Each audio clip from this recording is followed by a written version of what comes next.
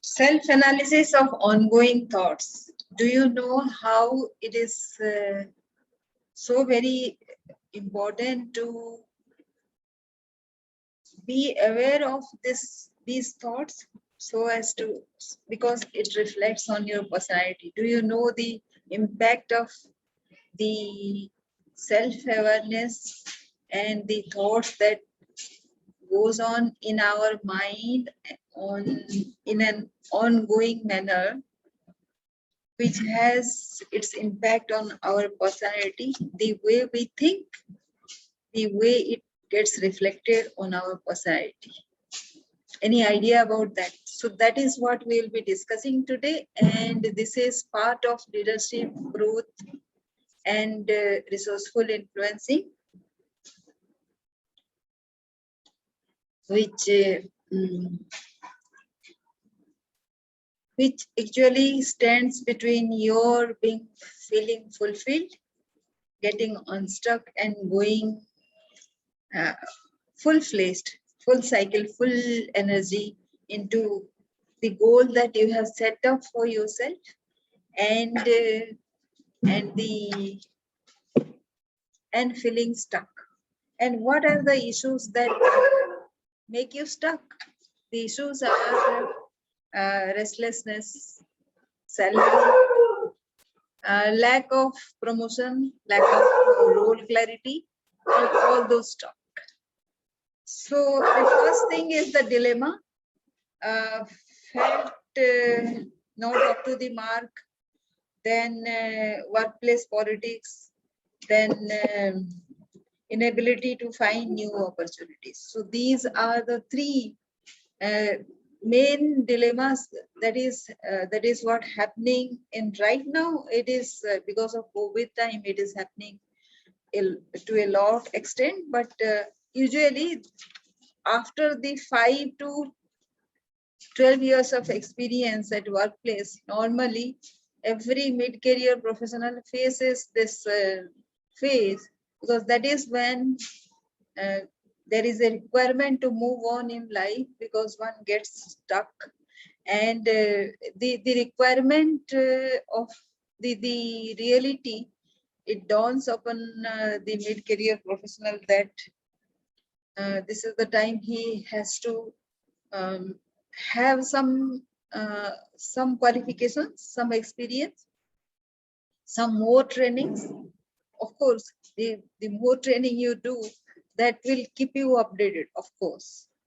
But it should not be irrelevant to the work or profile that one is handling.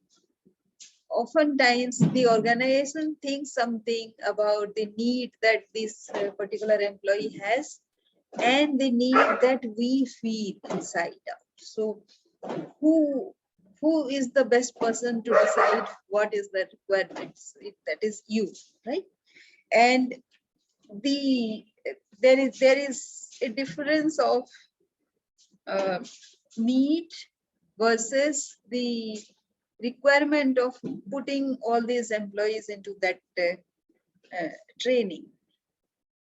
Of course, the HR has to be very prompt, very smart to understand this requirement and should put into relevant training. But training is a secondary thing, according to what we are discussing today, because your internal thoughts are around your future vision, the way we assess ourselves, the way we think that people are assessing ourselves, and we are the best person to judge whether we have become shallow in our goals and vision, right?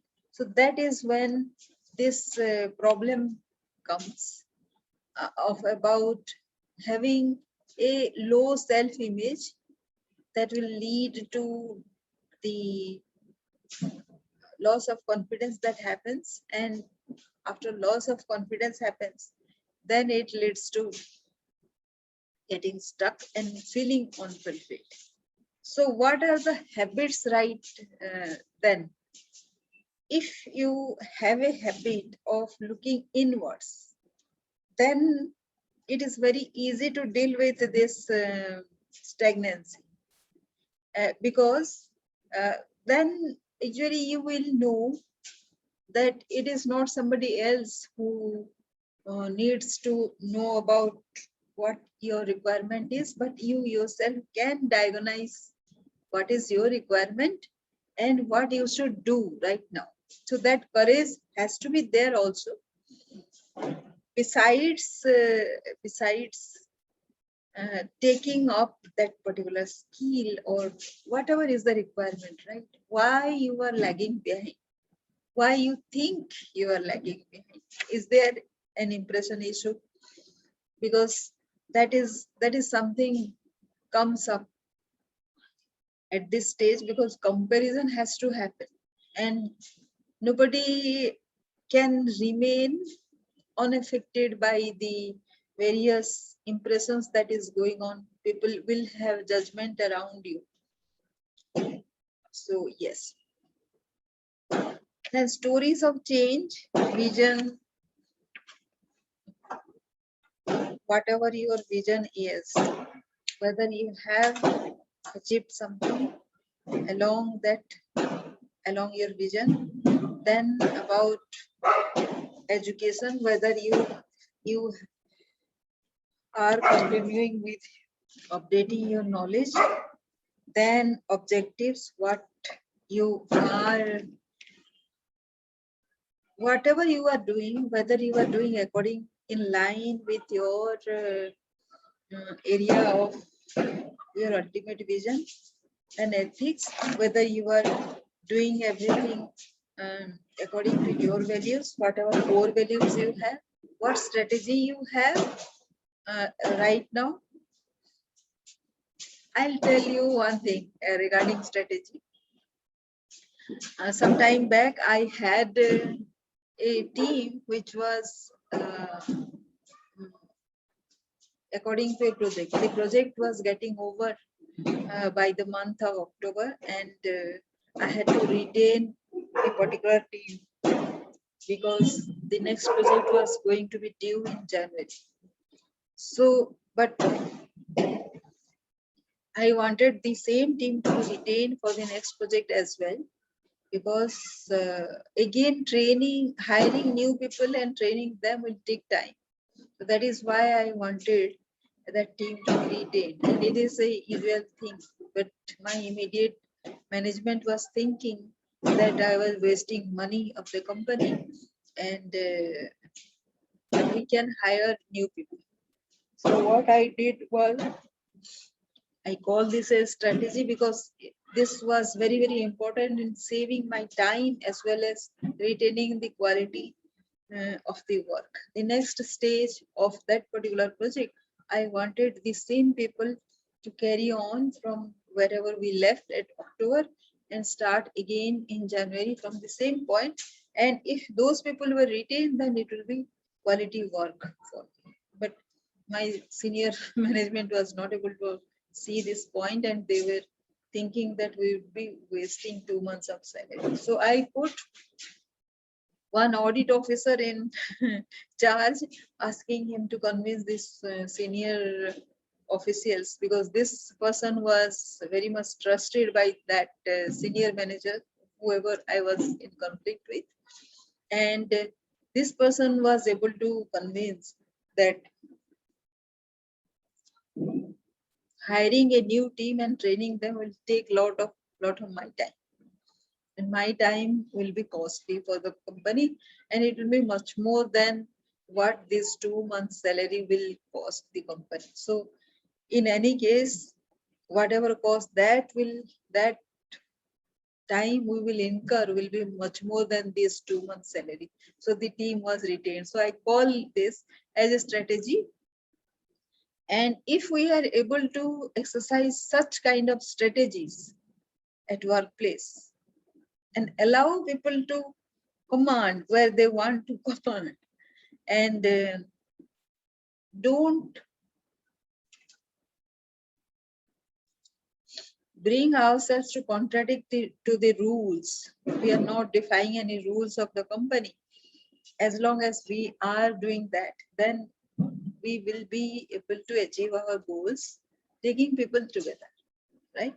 So whether we have that and we have sufficient inspiration, people will be always in contradictory terms with you because of some vested interest, or at best they will try to dissuade you because maybe it will take a lot of work at your end, very very strenuous for you. So that is where they might be well meaning as well.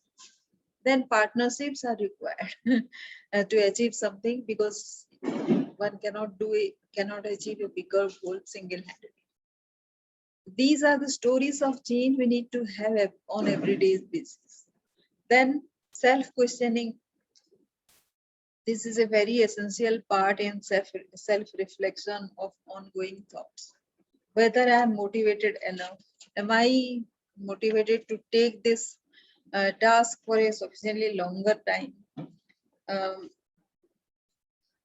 Can I have a better mutual understanding in my relationships? I often tend to lose boundaries in my relationship. Maybe I'm going overboard.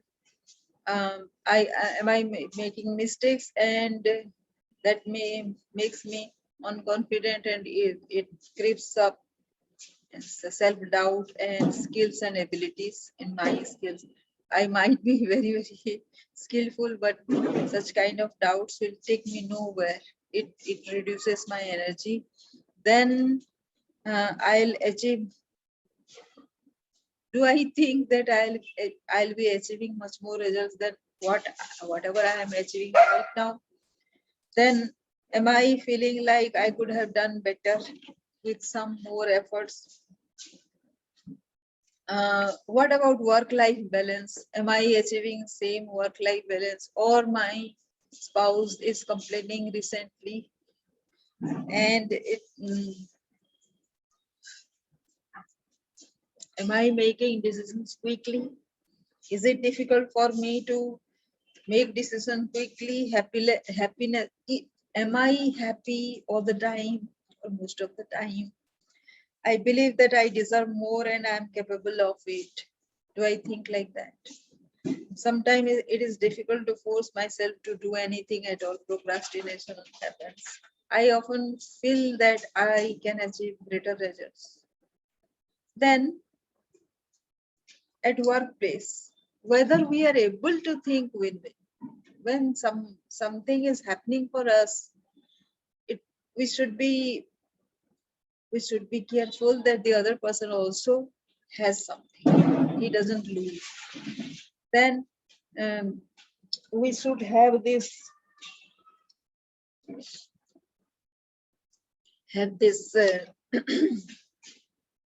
uh, tendency to understand first, listen to the other person with lot of empathy, and then tend to get understood. Then we can tell our questions. These are which actually leads to relationship problems or makes relationships better.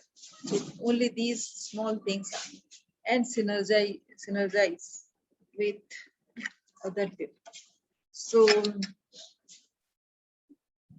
these are small issues which actually takes us nowhere, and we often lose sight of our goal and of our own ability. And yes, because of that, we often we need to keep on thinking about our own goals and thoughts which will have a bearing on our personality and our strength as well, our usual strength. We might lose sight of that. So these are the points today I had to make in our regular thought patterns. We need to, and how we react to these circumstances, how we should take up our mindsets. And yes, these are very important, because the person who can most sabotage our intentions and our goals are ourselves. We are our own bitter enemies at times. So be careful of that. And if you like this video, then please subscribe to this video channel actually.